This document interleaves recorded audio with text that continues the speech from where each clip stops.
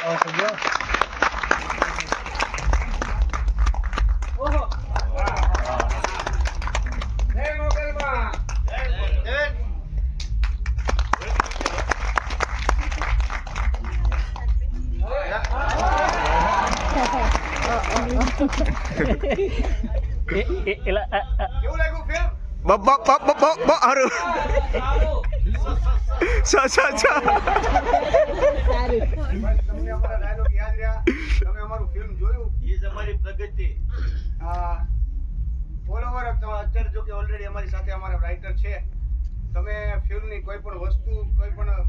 પણ વસ્તુ લાગી હોય ને તમને એ સ્વેચ્છાએ કહી શકો છો. અમે જોયું પણ અમારી પાછળ 100 જણા જોવે એવી અમારી તમન્ના. વાહ આપણા જેને આ પિક્ચર લખી જેવા અમારા રાઇટર શ્રી ગિરીશભાઈ પટેલ જેમના વિચારો અને સાથે સાથે ઓપન થિયેટરમાં અત્યારે જેને જે રિવ્યુ આપવો હોય જેમ બેને આપ્યા કે એન્ડ ની અંદર મજા ના આવી તો શા કારણે નો મજા આવી એ પણ રિવ્યુ આપી શકો છો તમે. પછી એટલે છોકરો કોને ખબર ન પડી બાહુબલી પાડી દેવું છે. દરેક શોટ એક ટર્નિંગ પોઈન્ટ વાળા હતા. આપણને મતલબ આની પછી પીરિયડ શું આવશે પણ ખરેખર આપણે કલ્પના કરીએ એની કે કરતા અલગ અલગ આવતા હતા. બહુ મજેદાર પિક્ચર બધું એની અંદર વર્ણવી દીધું છે. તમે ધાર્મિક પેલું આવ્યું છે પછી રોમેન્ટિક પણ સીન આવ્યા છે અને પેલા એક પિક્ચરના જે મોડ કહેવાય ને દરેક પ્રકારે ખરેખર તો એવોર્ડ અને ઇન્ટરનેશનલ મળવો જોઈએ એવું તમારું કહેવું છે. ઓડિયન્સ આપવાની કોશિશ કરો એટલે એવોર્ડ મળશે. ઓકે સાસણ ફિલ્મની ટીમ વતી હું સાસણ ફિલ્મના લેખક કિરીટ પટેલ આપ સૌનું હાર્દિક સ્વાગત કરું છું. 2 મિનિટ જ મારે ખાલી તમારી સાથે વાત કરવી છે. ફિલ્મ લખતા મને 3 વર્ષ લાગ્યા હતા અને 3 વર્ષમાંથી હું 2.5 વર્ષ સાસણ ગીરમાં જ રહ્યો હતો. એટલે ખૂબ મોટો અભ્યાસ કર્યો હતો અને પછી મેં ફિલ્મ લખી છે. એક વાત. બીજી વાત, ગુજરાતીની ભૂમિને, ગુજરાતીની ભવ્ય વારસાને અને ગુજરાતી સંસ્કૃતિને જો તમે પ્રેમ કરતા હોય તો તમારે સાસણ ફિલ્મ જોવું જ પડે. એટલે અહીંયા ફિલ્મ પૂરું નથી થતું, ફિલ્મ હવે શરૂ થાય છે અને એ ફિલ્મ શરૂ થાય છે એટલે આપણા પ્રત્યેક ગુજરાતીની ફરજ છે કે જેમ સાઉથ ઇન્ડસ્ટ્રી આટલા બધા 1500 કરોડ આવીને કમાઈને જતી રહે તો ગુજરાત સૌથી સમૃદ્ધ રાજ્ય છે તો શા માટે આ ફિલ્મ ઇન્ડસ્ટ્રીમાં આટલું પછાત હોય? શા માટે અમારે તમારી સામે આવીને આ રીતે અમારે આજીજી કરવી પડે? સાઉથના ફિલ્મો અહીંયા આવીને પોતાનો રોજ જમાવી જાય છે કે આખા થિયેટરો બુક થઈ જાય છે.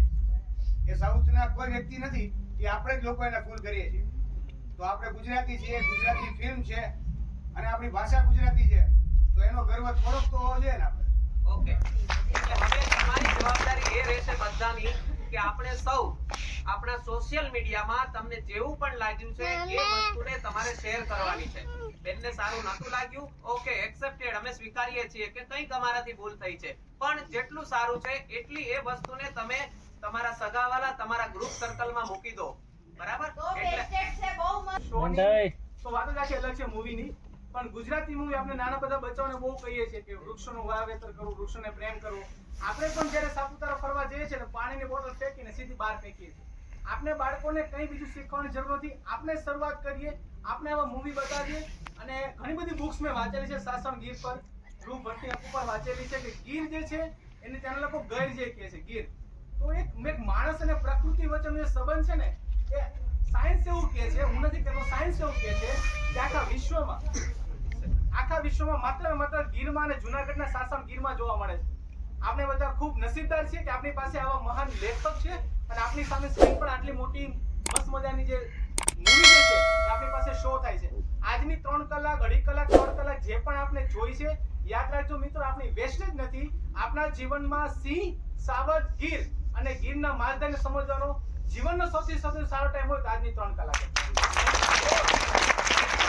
પણ હું પિક્ચર જોતા અહીંયા મોબાઈલમાં લખતો હતો, ભૂલાઈ ન જાય એટલા માટે મેં લખ્યું છે શ્રદ્ધા, સાધના, ભક્તિ, લાગણીથી ભરપૂર સમાજ વ્યવસ્થા સાથે જંગલની કાલી ગેલી ભાષામાં જૂની પરંપરા મુજબના પહેરવેશ, ભેળસેળ વગરના ઉત્સવ, ગાંડી ગીરના દર્શન. ગુજરાતી ફિલ્મમાં પહેલું મેં આવું મૂવી જોયું કે મને ગીતે મોહી લીધો. અને જે 4 અલગ અલગ સંગીત આવ્યા, ગીત આવ્યા, સોંગ આવ્યા, એ મને ગીતે મોહી લીધો છે. અને આપ પણ આપના પરિવારજનોને અને મિત્રોને આ રેકમેન્ડ કરજો. સાસણ અવશ્ય એકવાર જોવું જોઈએ. Thank you.